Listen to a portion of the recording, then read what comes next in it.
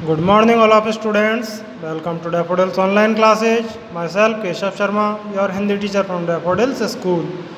तो उम्मीद रखता हूँ बच्चे सभी बच्चों से कि ये वीडियो लेक्चर सभी देख रहे होंगे और जो बच्चे वीडियो लेक्चर देख रहे हैं वो बच्चे इन वीडियो लेक्चर्स का होमवर्क शेयर ज़रूर से ज़रूर करें।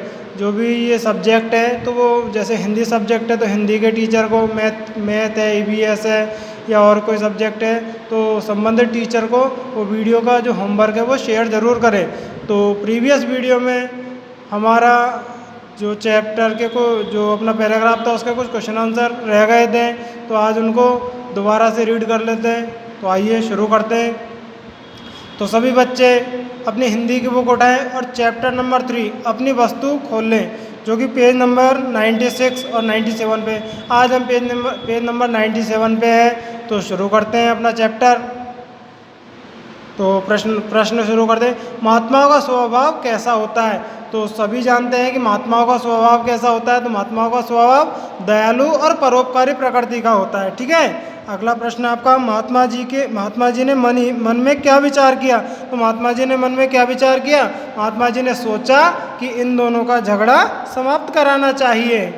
ठीक है। अगला प्रश्न आपका, दोनों व्यक्तियों से महात्मा जी ने क्या कहा? तो दोनों व्यक्तियों ने महात्मा जी से क्या कहा?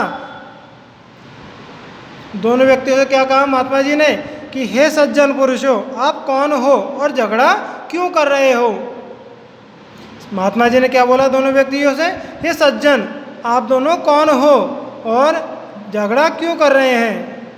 अगला प्रश्न आपका, समझौता का समानार्थक शब्द। समानार्थक का होता है समान अर्थ वाला। ठीक है। तो समान अर्थ वाला शब्द है सुलह है। ठीक है। समानार्थक शब्द को आप पर्यायवाची भी बोल सकते हैं। अगला है तीसरा पैराग्राफ आपका। शुरू करते हैं। महात्मा जी को देखकर उनमें से एक व्यक्ति बोला, महात्मन, हम दोनों भाई हैं। हमारे पिता ने मरते समय अपनी संपत्ति का जो बंटवारा किया था उसके अनुसार इस भूमि का मालिक मैं हूँ। फिर व्यर्थ भी यह झगड़ा कर रहा है। तो महात्मा जी से एक व्यक्ति बोला कि हम दोनों भाई हैं और हमारे पिता ने मरते समय इस संपत्ति का बंटवारा किया तो इसके अनुसार इस भूमि का मालिक मैं हूँ। तो यह झगड़ा व्यर्थ ही कर रहा है। तो इसी प्रकार दूसरा व्यक्ति तत्काल चिल्ला उठा। तो दूसरा व्यक्ति है जो तत्काल मतलब कि तुरंत के तुरंत ही चिल्ला उठा, महाराज यह बिल्कुल झूठ बोल रहा है। तो दूसरा व्यक्ति क्या बोला महात्मा जी से कि यह बिल्कुल झूठ बोल रहा है। यह भूमि इसके भाग में नहीं है बल्कि मेरे भाग में आती है, इसलिए इसका असली मालिक मैं हूँ। यह झूठ मूठी इसे अपनी बतलाकर मुझे डरा धमकाकर इसे हड़पना चाहता है। तो दूसरे व्यक्ति ने चिल्ला के महात्मा जी से क्या बोला कि यह व्यक्ति झूठ बोल रहा है और यह भूमि इसके भाग में नहीं आती है और इसलिए इस भूमि का मालिक मैं हूँ। यह डरा धमकाकर इस भूमि को मुझसे हड़पना चाहता है। तो आइए कि पहले इसके कुछ प्रश्न उत्तर हैं, इन्हें देख लेते हैं। तो उपर्युक्त गद्यांश का उचित शीर्षक लिखिए। तो इस गद्यांश का शीर्षक क्या हो सकता है? संपत्ति का बंटवारा। भाई इसमें संपत्ति के बंटवारे के बारे में बात की गई है तो इसका जो शीर्षक है वह संपत्ति का बंटवारा ही होगा। ठीक है। अगला है, महात्मा से एक व्यक्ति ने क्या कहा? तो महात्मा से एक व्यक्ति ने क्या कहा? पहले व्यक्ति ने क्या बोला कि यह मरते समय हमारे पिता ने जो भूमि का बंटवारा किया तो यह संपत्ति उसके हिस्से में आई है। ठीक है। तो महात्मा जी से एक व्यक्ति ने क्या बोला है कि हम दोनों भाई हैं, हमारे पिता ने मरते समय संपत्ति का बंटवारा किया था तो उसके अनुसार इस भूमि का मालिक मैं हूँ, फिर भी यह व्यर्थ ही झगड़ा कर रहा है। अगला क्वेश्चन है आपका, दूसरे व्यक्ति ने महात्मा जी को क्या समझाया? तो दूसरे व्यक्ति ने क्या समझाया महात्मा जी को? दूसरे व्यक्ति ने समझाया कि महाराज यह झूठ बोल रहा है, यह जमीन इसके हिस्से में नहीं आती है, यह मुझे डरा धमकाकर इसे हड़पना चाहता है। ठीक है। अगला है आपका प्रश्न, हड़पना शब्द का आशय स्पष्ट कीजिए। तो हड़पना का आपको अर्थ समझाना है यहाँ पे। तो हड़पना का आशय होगा डरा धमकाकर किसी वस्तु या संपत्ति पर अधिकार जमा लेना। ठीक है। यहाँ तक आपका जो पैराग्राफ है वह कंप्लीट हो चुका है। अगला पैराग्राफ हम शुरू करते हैं। तो महात्मा जी ने शांत भाव से फरमाया, तुम दोनों ही इस भूमि को अपना कह रहे हो और अपने अपने पक्ष में दलीलें देते हो। ऐसे तो इसका निर्णय कभी नहीं होगा। इसलिए अच्छा यही होगा कि जिस भूमि के लिए तुम दोनों मरने मारने पर उतारू हो रहे हो, उससे ही यह बात पूछ लो कि उसका असली मालिक तुम दोनों में से कौन है। वह स्वयं ही इस बात का निर्णय कर देगी। कुछ पल तक दोनों महात्मा जी के मुख की ओर ताकते रहे, मतलब देखते रहे।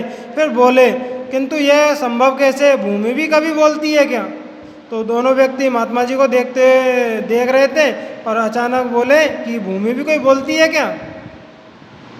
तो महात्मा जी क्या कह रहे हैं? महात्मा जी ने उत्तर दिया, हाँ अवश्य बोलेगी, परंतु उसकी आवाज़ तुम लोग नहीं सुन सकते हो। किंतु यह बताओ कि भूमि जो निर्णय देगी, क्या वह तुम दोनों को मान्य होगा?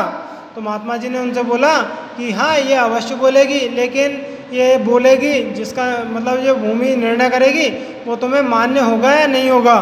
तो आइए पहले इसके कुछ शब्दार्थ हैं उन्हें देख लेते हैं। जैसे फरमाया का अर्थ होता है कहा, दलील का अर्थ होता है तर्क, निर्णय का अर्थ होता है फैसला, उतारू का अर्थ होता है उतावले या तैयार, मालिक का होता है स्वामी, ताकना का अर्थ होता है लगातार देखना, मान्य का अर्थ होता है स्वीकार करना। ठीक है, यहाँ आपके कुछ शब्दार्थ हैं जो कंप्लीट हुए। सभी बच्चे नेक्स्ट पेज खोल लें और उस पर प्रश्न उत्तर है उनकी ओर ध्यान दें। तो शुरू करते हैं। महात्मा ने क्या उपाय सुझाया? तो महात्मा ने क्या उपाय सुझाया दोनों को? महात्मा ने कहा कि भूमि से ही पूछ लो कि इसका असली मालिक कौन है। ठीक है, अगला प्रश्न आपका, दोनों भाई किसको देखने लगे? तो दोनों भाई किसकी ओर ताकने लगे या देखने लगे? तो दोनों भाई महात्मा जी की ओर एकटक ताकने लगे। ठीक है, अगला प्रश्न आपका, भूमि की आवाज़ कौन सुन सकता था? तो भूमि की आवाज़ कौन सुन सकता था? भूमि की आवाज़ महात्मा जी सुन सकते थे। अगला प्रश्न आपका, उपर्युक्त गद्यांश का उचित शीर्षक लिखिए। तो उपर्युक्त गद्यांश है, यह गद्यांश कहाँ से लिया गया है? उपर्युक्त गद्यांश का उचित शीर्षक लिखिए। तो उपर्युक्त गद्यांश का उचित शीर्षक क्या हो सकता है यहाँ पे? भूमि की आवाज़, क्योंकि यहाँ पे भूमि की आवाज़ से इस जो पैराग्राफ है इसमें भूमि की आवाज़ के ऊपर विचार विमर्श किया गया है। तो यहाँ तक कंप्लीट हुआ आपका चौथा पैराग्राफ। इनके जो क्वेश्चन आंसर हैं उनको आपको अपनी अपनी नोटबुक में होमवर्क में करने हैं, और ये होमवर्क है जो आपको अपने सब्जेक्ट टीचर को शेयर ज़रूर करना है। आगे बढ़ते हैं अपना पांचवा पैराग्राफ। दोनों भाई इस बात पर राजी हो गए। तब महात्मा जी बोले, मुझे बहुत ज़ोर से भूख लगी है, पहले मुझे भोजन करवाओ। तो दोनों भाइयों से महात्मा जी बोले कि पहले तो दोनों भाई इस बात पर राजी हो गए कि भूमि से ही पूछ लें। ठीक है, तो इस बात के बाद में महात्मा जी बोले कि मुझे बहुत ज़ोर से भूख लगी, पहले मुझे भोजन करवाओ। तो वे बोले, भूमि का निर्णय हो जाए फिर आपको डट कर खाना खिलाएंगे। तो दोनों ने बोला कि पहले भूमि का निर्णय हो जाने दो, फिर आपको पेट भर के खाना खिलाएंगे। ठीक है, आगे देखते हैं। महात्मा जी ने कहा, भूमि का निर्णय तो हो ही जाएगा, ये कहीं भागे थोड़े ही जा रही है, पहले भोजन हो जाए ताकि मन मस्तिष्क कुछ ठिकाने आए। तो महात्मा जी ने कहा दोनों भाइयों से कि भूमि का निर्णय तो हो जाएगा, भाई ये कहीं भाग के थोड़े ना जा रही है, पहले भोजन करवा दो ताकि मन मस्तिष्क ठिकाने पे आए, मतलब कि एक जगह स्थिर हो, ताकि जो भूमि का निर्णय हो वह आसानी से कर सकें। ये किसने बोले? महात्मा जी ने। आगे देखते हैं। इसलिए तुम दोनों अपने घर से भोजन ले आओ, तब तक हम यहीं बैठते हैं। यह कहकर महात्मा जी एक पेड़ की छाया में बैठ गए। तो दोनों भाइयों से कह दिया कि तुम दोनों घर जाकर और भोजन लेके आओ। किसके लिए? महात्मा जी के लिए। क्यों? ताकि उनका मन मस्तिष्क ठिकाने आए और वह भूमि का जो निर्णय है वो दे सके। तो आइए पहले तो उनके कुछ शब्दार्थ हैं उनको देख लेते हैं। जैसे राजी का अर्थ है तैयार होना, जोरों का अर्थ तीव्रता से, डट कर है मतलब पेट भर कर, यहाँ पे डट कर का अर्थ होता है पेट भर के। ठीक है, मस्तिष्क का होता है दिमाग, ठिकाने का अर्थ है ठीक या स्थित। आइए कुछ प्रश्न उत्तर है इन्हें भी देख लेते हैं। दोनों भाई किसकी बात पर राजी हो गए? तो दोनों भाई किस बात पर राजी हुए? दोनों भाई महात्मा जी की बात पर राजी हो गए। तो महात्मा जी ने बात बताई थी कि जो भूमि निर्णय देगी उसे तुम मान्य करोगे। ठीक है, तो दोनों भाई महात्मा जी की बात पर राजी हो गए। अगला प्रश्न है, किसको जोर से भूख लगी थी? तो भूख किसको जोर से लगी थी? महात्मा जी को।